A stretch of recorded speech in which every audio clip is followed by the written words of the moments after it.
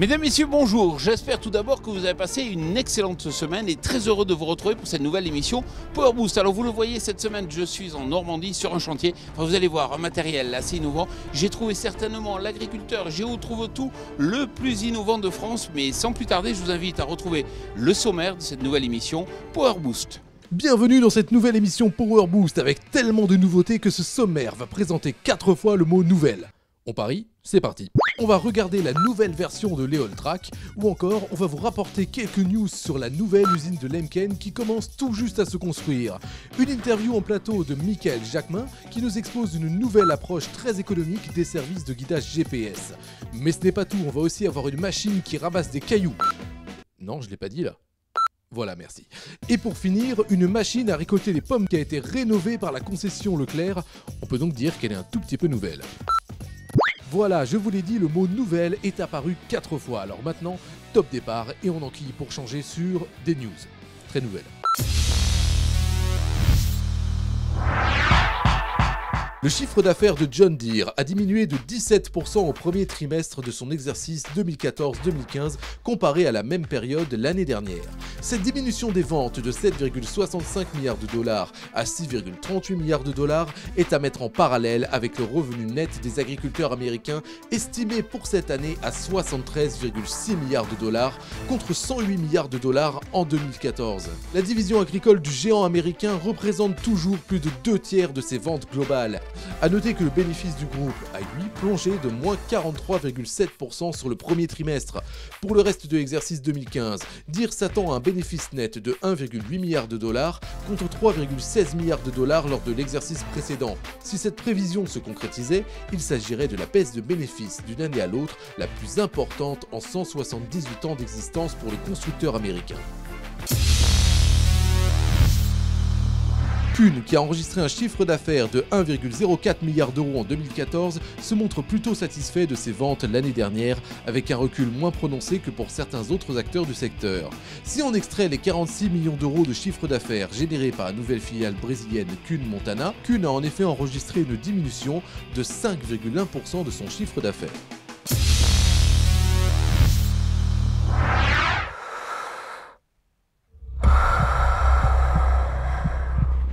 Les Culturales 2015 approchent. L'événement se déroulera du 24 au 25 juin prochain à Villers-Saint-Christophe dans l'Aisne et sera placé sous le double signe de l'innovation et de la performance. Sur près de 20 hectares, Arvalis Institut du Végétal et ses partenaires proposeront aux visiteurs un concentré d'innovation au service de la multi-performance des exploitations de grandes cultures. Pierre Bourg, bonjour. Bonjour. Alors, moi j'aime bien discuter avec vous parce que vous êtes un agriculteur ingénieux, mais pas seulement agriculteur, on le verra tout à l'heure. Vous proposez une machine qui permet d'extraire les pierres des parcelles. Pourquoi avez-vous créé cette machine ? Donc c'est parce qu'on avait des champs à nettoyer avec beaucoup de pierres et les machines actuelles ne faisaient pas ce travail convenablement. Donc on a tout repensé, on a fait vraiment une machine d'un très haut niveau techniquement. Alors quel est le principe ? Donc le principe, on a un rotor qui rend la terre fluide. Plus la terre est goulayante et fluide, mieux elle passe à travers un crible. Et on a un crible dynamique qui vraiment décrotte tous les cailloux et on sort des matériaux très propres. Quel est le diamètre des pierres que vous pouvez trier ? Les cailloux vont de 3 cm à 20-30 cm de diamètre et on peut démonter un chemin, on peut démonter une route en un seul passage. Ce qui est intéressant, c'est que vous cherchez à obtenir des cailloux propres. Pourquoi ? Oui, pour les valoriser dans l'industrie après, pour les recycler, parce que bon, on ne peut pas garder ces montagnes de cailloux et si on peut les recycler dans l'industrie, ça donne une plus-value et ça paye largement le travail dans les champs. Il faut un tracteur de forte puissance devant. Oui, donc là on est sur une machine qui peut utiliser 500 chevaux, un tracteur de 500 chevaux, et voilà, donc, mais elle a des débits qui, au prorata, on peut extraire jusqu'à 200-300 tonnes à l'heure de pierre. Aujourd'hui, est-ce que vous entrez en phase de commercialisation ? Donc on a réalisé 2 prototypes, on a travaillé pendant 2 ans à la fiabilisation, à l'optimisation de ces prototypes. Et là on arrive au stade commercial et on a séduit les professionnels des carrières dans la région toulousaine. Donc ils vont prendre la première machine dans 3-4 mois, quoi. Et si un agriculteur ou un entrepreneur qui nous écoute a envie de prendre contact avec vous pour vous acheter une machine, il faut compter quel ordre de prix? Donc c'est une machine à plus de 200 000 euros, ça dépend des options, et on tourne autour de 230 000 euros. Pierre Bourg, on va se retrouver tout à l'heure pour une autre de vos inventions, mais vous l'avez peut-être remarqué au CIMA, il y a de plus en plus de constructeurs qui proposent des pulvérisateurs, et c'est notamment le cas de Lemken. La première pierre a été posée pour la nouvelle usine de pulvérisateurs Lemken à Arène, en Allemagne. Des espaces de bureaux, des salles de formation avec une salle d'exposition annexe de 500 m², ainsi qu'un nouveau hall de production de 10 000 m² seront rapidement construits avant l'automne sur un terrain de plus de 3 hectares. Près de 30 salariés y travailleront dès le mois d'octobre. Voilà, on se retrouve avec Pierre Bourg. Alors effectivement, vous vous souvenez peut-être, il y a quelques années, Power Boost, on était venu filmer les haul tracks. C'est un concept original, puisque ce n'est pas un tracteur habituel, c'est plutôt un portique. Pourquoi vouloir développer un portique pour la traction? Pourquoi? Parce que dans l'industrie, les portiques, dans les entrepôts, dans les ports maritimes, les portiques sont beaucoup plus efficaces que les véhicules. Ils survolent les sujets et ils opèrent comme ils le veulent sans endommager le sol. Un des points forts, c'est qu'effectivement, on passe toujours au même endroit grâce à ce portique. Pourquoi? C'est plus simple de stabiliser le sol là où on roule. Il y a beaucoup moins de résistance de rouler sur des sols en dur. Et puis de ne jamais compacter là où on travaille, parce que l'agriculteur, il passe la plupart de son temps à décompacter les sols qu'il a lui-même compactés. Donc c'est un peu comme l'histoire des shaddocks. Voilà, il faut respecter et ça évite de réparer. L'intérêt de passer toujours au même endroit, c'est aussi de lutter contre l'effet chouling, puisqu'effectivement les pneus s'écrasent, et ça consomme de l'énergie. C'est beaucoup moins d'énergie entre un sol meuble et un sol dur. Sachez qu'une roue fer sur fer consomme 20 fois moins d'énergie qu'un pneu sur de l'asphalte. Et sur les sols, c'est encore pareil, il y a un phénomène multiplicateur des besoins énergétiques. Et prenez un vélo, roulez dans un labour avec un vélo, vous verrez que c'est très difficile, et rouler sur la route, ça va beaucoup mieux. Ce portique qui présente aussi l'avantage de pouvoir apporter par exemple de l'engrais, de pouvoir pulvériser, ça de façon très précise. Pourquoi? Aujourd'hui, il vaut mieux apporter une petite dose toutes les semaines qu'une grande dose tous les trimestres. Et quand on apporte des petites doses toutes les semaines, on réduit de 50% les besoins en fertilisant, tout simplement parce qu'il n'y a pas d'érosion, il n'y a pas de gaspillage. On apporte à la plante au jour le jour. Pour les opérations qui demandent une machinerie un peu plus lourde, un peu plus importante, comme par exemple pour la récolte, là on repart sur le concept de l'Eol Track qui devient un module esclave qui vient se greffer sur le portique maître. Oui, tout à fait. Donc on voudrait construire des modules esclaves, des portiques qui changent d'outil, ils sèment, ils récoltent et ils reçoivent l'énergie et ils renvoient la récolte. Côté énergie, vous avez privilégié l'énergie électrique, pourquoi? C'est le meilleur rendement. Aujourd'hui, en agricole, tout est hydraulique. Entre un concept hydraulique et un concept électrique, on divise les besoins énergétiques par 4.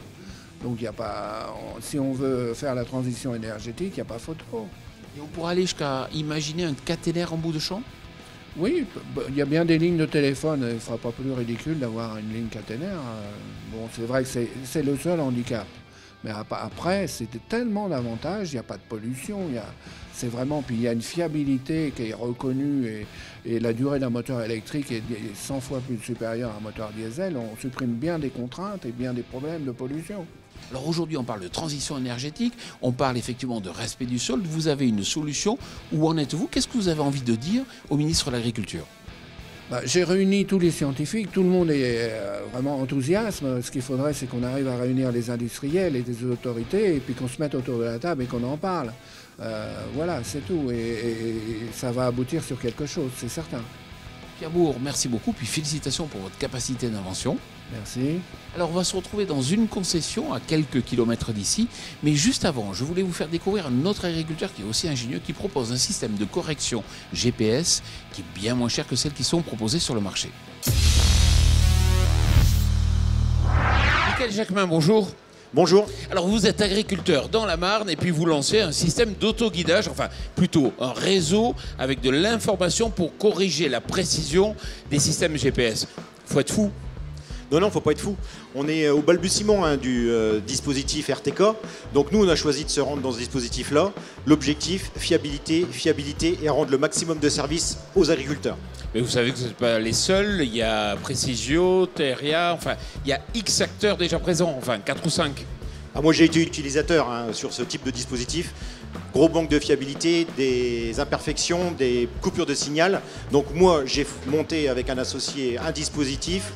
Alors maintenant il va falloir que vous m'expliquiez pourquoi vous ça serait plus fiable que les autres. Je pense qu'on n'a pas sous-dimensionné notre dispositif. On a des serveurs performants en termes de débit et on a choisi le dispositif avec des bases radio, des bases RTK, N-Trip fixes. On n'est pas sur des dispositifs de recalcul de bases virtuelles. D'accord, ça veut dire que vous n'êtes pas sur l'interpolation, effectivement vous avez des zones couvertes par ces bases. En revanche, vous avez fait le choix du transfert de l'information par des puces GPRS, téléphone classique. Voilà, c'est la grosse différence en fait. Aujourd'hui, on a beaucoup de réseaux radio. La grosse différence, c'est 10 km grand maxi. Dès qu'il y a un problème de dénivelé, on perd le signal. Nous, avec notre dispositif, on a au-delà de 50 km sans problème. Et tant qu'il y a une couverture GPRS, ça fonctionne. En général, le coût d'un signal de correction de type RTK, c'est quoi, 1000, 1200 euros? Aujourd'hui, c'est 1200 euros avec des engagements sur du long terme. Nous, aujourd'hui, on est arrivé sur le marché avec une proposition à 500 euros par an, sans engagement. Michael Jacquemin, merci beaucoup. Merci. Vous le savez, nous sommes ici en Normandie et en Normandie, il y a des pommiers à récolter. Christophe Gabriel, bonjour. Bonjour. Alors, c'est vrai que nous sommes devant une machine SMC. Alors déjà, il faut que vous nous racontiez un peu l'histoire de ce constructeur vendéen. Alors SMC est le spécialiste de la récolteuse à pommes. Ce constructeur a fait 4 à 5 machines. Cette entreprise n'est plus en activité depuis une vingtaine d'années. Alors, ces machines qu'il a construites, effectivement, elles sont intéressantes parce qu'elles apportent satisfaction aux acheteurs. Et vous leur donnez une seconde vie, c'est bien ça? Disons qu'on améliore ces machines. Nos clients aujourd'hui ont évolué dans leur surface, dans diverses raisons. Et nous, avec cette machine, on a fait évoluer de sorte à augmenter ses performances, aussi bien en qualité de travail qu'en performance de ramassage pur. Pour améliorer la qualité, qu'est-ce que vous avez fait? Alors au niveau de la qualité, c'est surtout sur le nettoyage. Donc c'est le montage de tapis inversés, de systèmes de nettoyage par des ventilations, de sorte à avoir vraiment la récolte de pommes la plus propre possible. Ici on parle débit du chantier. Aujourd'hui, cette machine, dans tout chantier confondu, on va être en moyenne entre 80 et 100 tonnes jour. Mais vous êtes reparti d'une base où il n'y avait quasiment plus rien? En fait, cette machine a été complètement démontée. On a gardé uniquement la partie inférieure du châssis. On est repassé par la totalité de la conception de cette machine, que ce soit le système de ramassage, les systèmes de nettoyage, la motorisation, la transmission, tout a été modifié. Alors, combien d'heures de boulot? On est parti sur environ 600 heures de travail. Et puis au final, ça fait un coût de combien? Aujourd'hui, c'est une machine tout complètement mise en main qui va tourner à 250 000 euros. Merci beaucoup. Merci à vous. Alors j'espère que vous avez apprécié cette émission tournée ici en Normandie et si vous aussi vous avez soit des matériels innovants, soit des chantiers intéressants, n'hésitez pas à nous les signaler sur notre page Facebook. Voilà, notre émission Power Boost touche à sa fin. Vous savez que si vous voulez être au point, si vous voulez tout savoir en matière d'innovation et d'agriculture, c'est sur agriculture et nouvelles technologies qu'il faut aller. Voilà, je vous souhaite une excellente semaine. Salut!